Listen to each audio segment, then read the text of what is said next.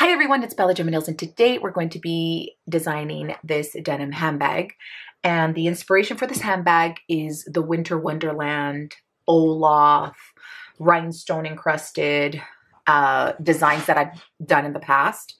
And this is really the inspiration for the bag. It is a denim bag that I designed about 5 years ago. Very popular, and denim's in style and it's always going to be in style, and so I wanted to recreate another design. Now, my favorite Disney character is Olaf, and so we're going to be using some snowflakes and a few other embellishments to complete the look of this bag. I'm also going to be doing a get to know me better during and throughout this video. So if you want to learn how to do this, just keep watching. It'll go from this to this. So for this design, you're going to need your trusted E6000. This is a pointed nozzle and you'll need it in the color clear. You will also need your embellishments, and I have 2 sets of these snowflake embellishments. So what I've done is I basically sorted them out so that you know how many you have of each. And because I'm going to be stacking some, just make sure that you have quite a bit so you'll be able to have enough for the front flap. And if you have extra, we might embellish the bottom. Now, don't forget, you do need your industrial mask, and I highly advise that you work outside in a ventilated area and dry your bag in a ventilated area as well. So before you glue them, you're going to place them on the bag just to see how you want the placement to be and take a photo. That's going to be your map, and you're going to follow it. I did this previously. I did map them out, but I don't remember in what order, so I'm just going to wing it as I'm going. So the first thing about me is that I don't like wearing fitted socks. So say it's winter time and I'm cold, I am always going to be wearing oversized socks that hang half off my foot. That doesn't seem as interesting, but when you see me in person and you see me with floppy socks, people always ask why I do that. I have a thing with fabrics touching my skin. So if, for example, a shirt is really close to my underarm or in a crevice, it bothers me so much. It's just a sensory thing for me. I can't handle it. Same thing with socks. If I'm wearing them with shoes, I'm okay. But if I'm wearing them at the house, they have to be loose and hanging half off.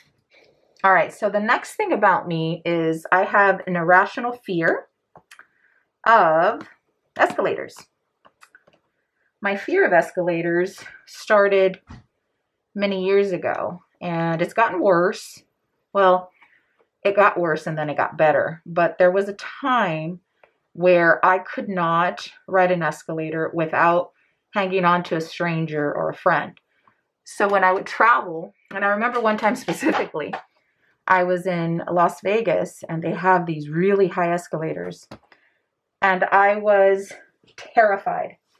And a man saw me, an older man saw me standing there for like 15 minutes just contemplating life, and I just latched on to him. He asked me if I needed help, and I held on to him for dear life. But to this day, I still have a fear, whether they're big or little.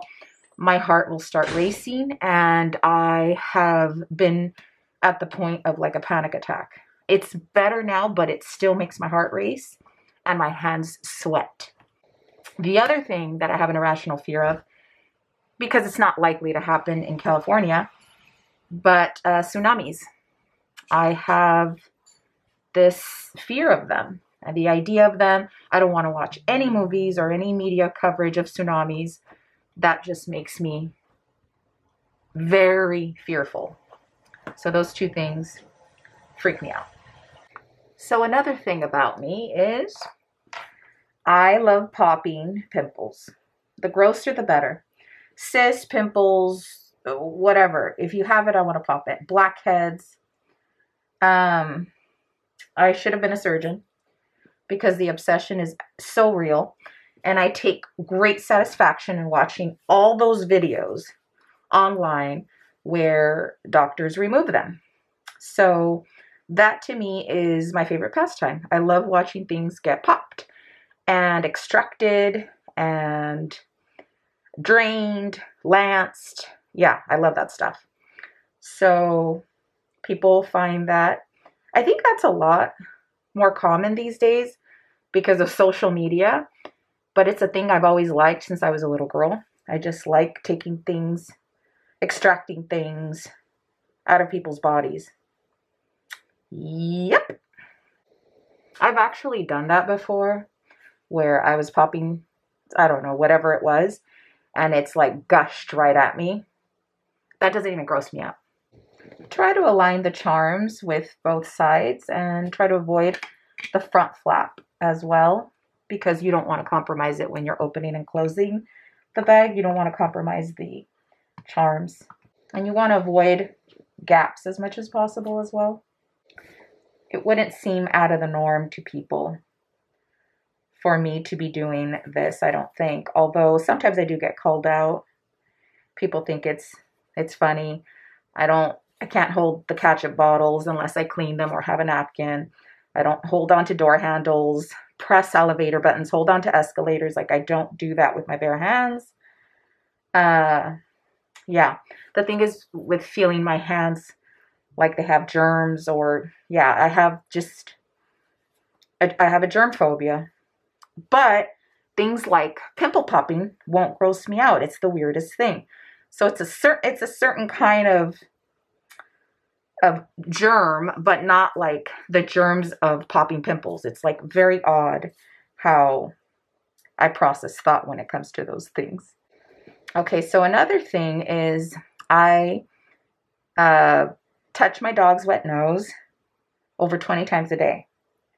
I have one of my greatest joys in life is touching a dog's wet nose. And I have a way of doing it with my dog. I touch his nose to my forehead. Or if it's someone else's dog, I like to touch their nose with the back of my hand. It's a thing, a sensation that I love touching their noses, especially when they're cold and wet. That is my greatest joy. So here what I want to try to do is align. Like if the charm comes to a point, you align it into the divot of the other charm and then repeat so that everything looks like a puzzle piece. It's harder to do when you haven't mapped out the purse previously, but I'm just doing it by sight. So another thing about me is I love watching videos of people falling. I didn't know that about myself until my wife pointed it out. Apparently, I get the biggest laugh when I see those videos online. And she brought it to my attention and I never realized that. Meanwhile, my whole life I was pretty clumsy growing up. I used to trip over my own feet, always. I mean, when I was a child, I wore orthopedic shoes, so I walked like pigeon-toed. I still walk that way, kind of. So I would trip over my own feet, so I don't know why I get a kick out of people falling now. Another thing is I like shopping in threes. So if I like a shoe and they have it in other colors, I more than likely will buy them in a set. I have been this way my entire life. I'll give you an example. I got a little carried away with the Britney Spears, but when I started buying the Britney Spears, I think it was last year or the year before, I don't remember.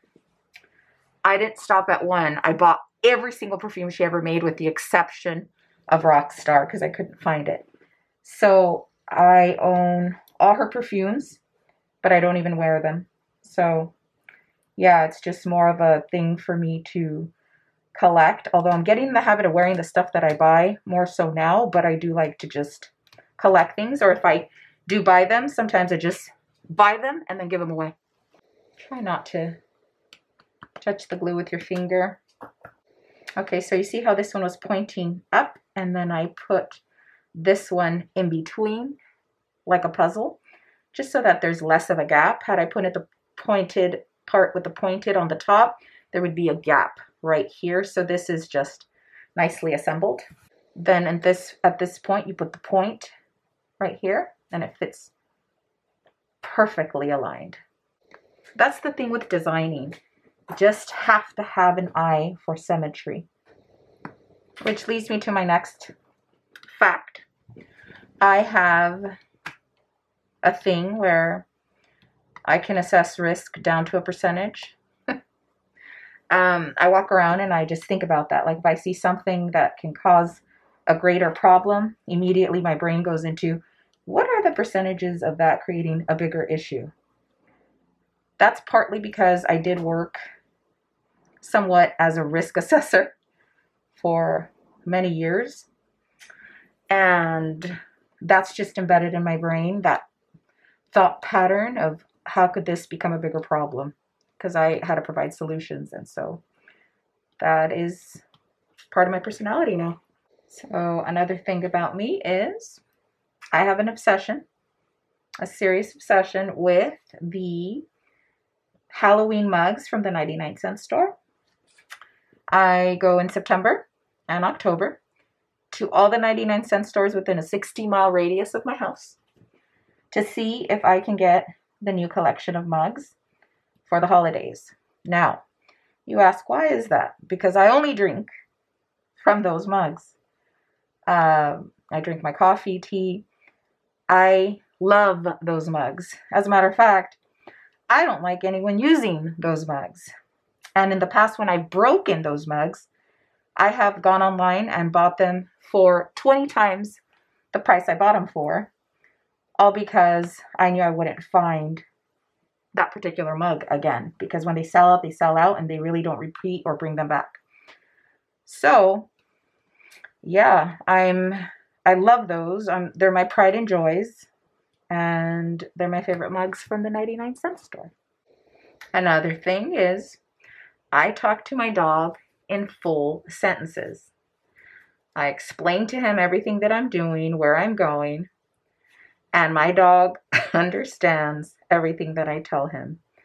I have a weird way of communicating with him, and I understand the things he needs or wants. It's like a weird telepathic relationship I have with my dog.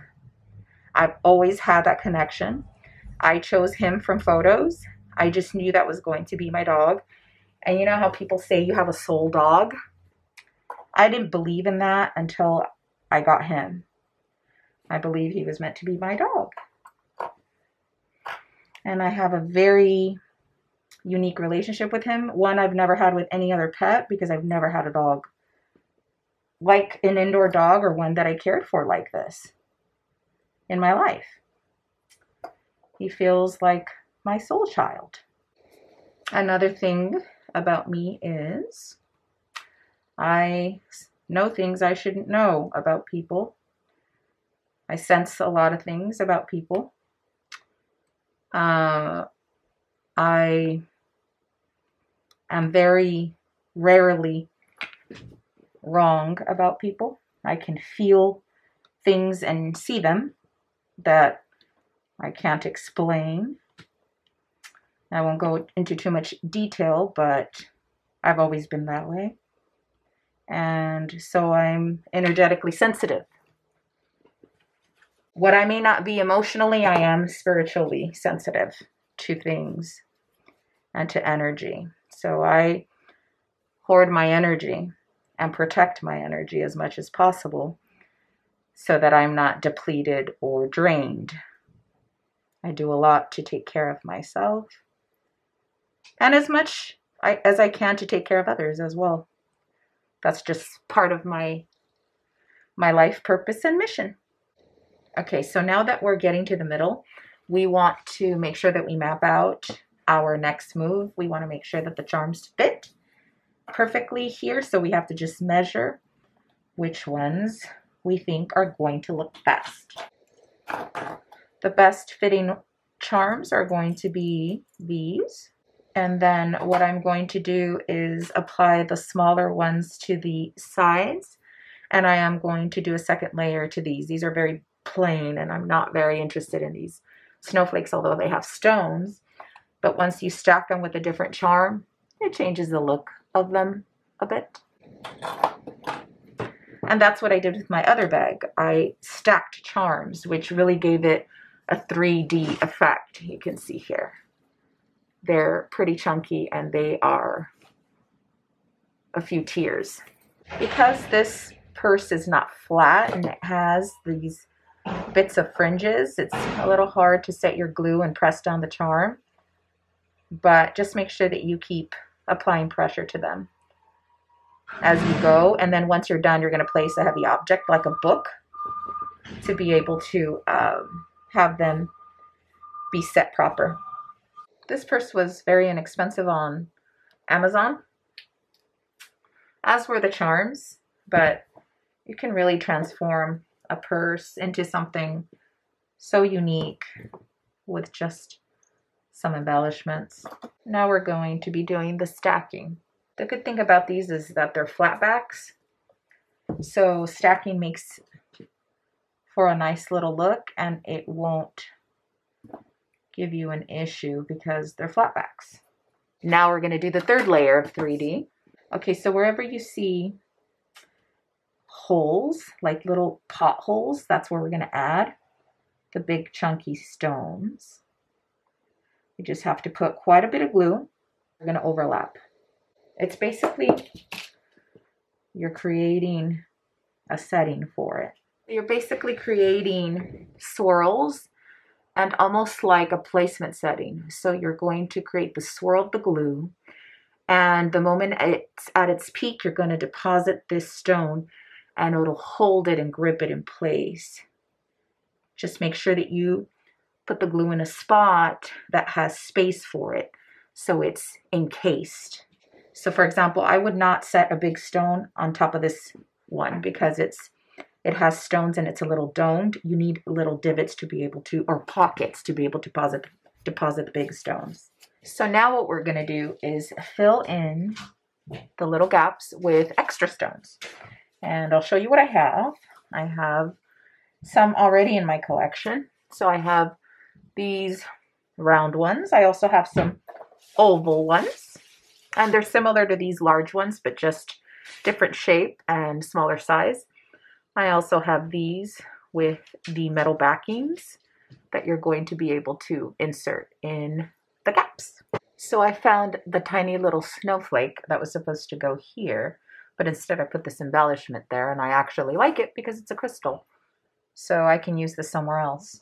Remember to find the little divots where you can deposit these stones. You have to work fast. When you do the swirl of glue, you have to make sure you deposit the stone right away. Otherwise it will seep through and then it'll be flat and you won't be able to have it encase the actual stone. I basically just took these out of the casing and just deposited them in between the smaller gaps. So this is the bag fully dry. You could see how sparkly it is. I just have my blinds open and an overhead light, but nothing special, but it is really sparkly. I let it dry outside for 5 days. I didn't want to smell any fumes or have them in my house. I did the first layer of embellishments that you see here, the silver ones. Then I did the larger ones. Then I sprinkled throughout the smaller crystals, and that's just to cover some of the spaces in between. And that's the look we're going for. Now you can see how beautiful the white and pearl and clear embellishments look with denim. And I'm going to show you the previous bag I designed, which was rose gold, pearl, and gold. So now I have a silver, and this is a gold, rose gold one. So you can see the look of both bags. This is a darker denim, and I really love how it turned out. I'll show you what it looks like in the light. It's going to be gleaming and blinding. So if you like videos like this, please make sure that you give me a big thumbs up or pop a comment below.